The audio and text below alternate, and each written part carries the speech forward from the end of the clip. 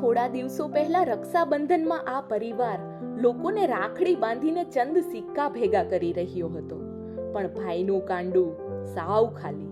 તેમના માટે આ તહેવાર જાણે સામાન્ય દિવસ જેવો જ હતો, પણ મારે તેને સ્પેશિયલ બનાવવો હતો. મેં તેને રાખડી આપી.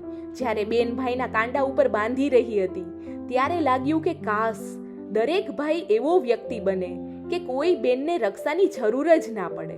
અને ભાઈએ રાખડી બાંધી ત્યારે વિચાર આવ્યો કે કાશ દરેક બેન એટલી કાબિલ બને કે તેને રક્ષા માટે કોઈ ભાઈની જરૂર જ ના પડે. ભાઈ માટે તો બેન બહુ વાલી હોય, એમ આ ભાઈએ તેના ખિસ્સામાં જેટલું હતું તે બધું હસતા હસતા બહેનના હાથમાં મૂક્યું.